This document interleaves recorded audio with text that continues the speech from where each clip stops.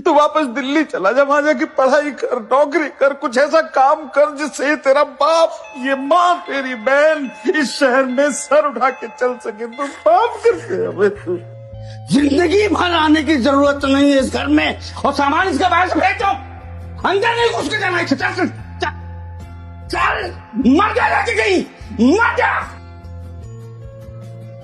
कुदरत, आदमियों को कलर नहीं पता, आदमियों को ऑरेंज, रेड और पिंक में डिफरेंस नहीं पता। अरे नहीं पता यार, जब ये सब जानना था ना उस टाइम पे हम हिसाब लगा रहे थे अपने खानदानी कर्जे का और आने वाली जिम्मेदारियों का, नहीं पता कर पाए। क्योंकि क्या है कि सबको संभालने वालों को संभालने वाले कम थे। हम किसी को कहते नहीं ना यार कि हमारे दिल में क्या चल रहा है, हमारे जहन में क्या चल रहा है। इस तरह के मेंटल स्ट्रेस से हम गुजर रहे हैं, अपनों को तो हम कहां बताते हैं।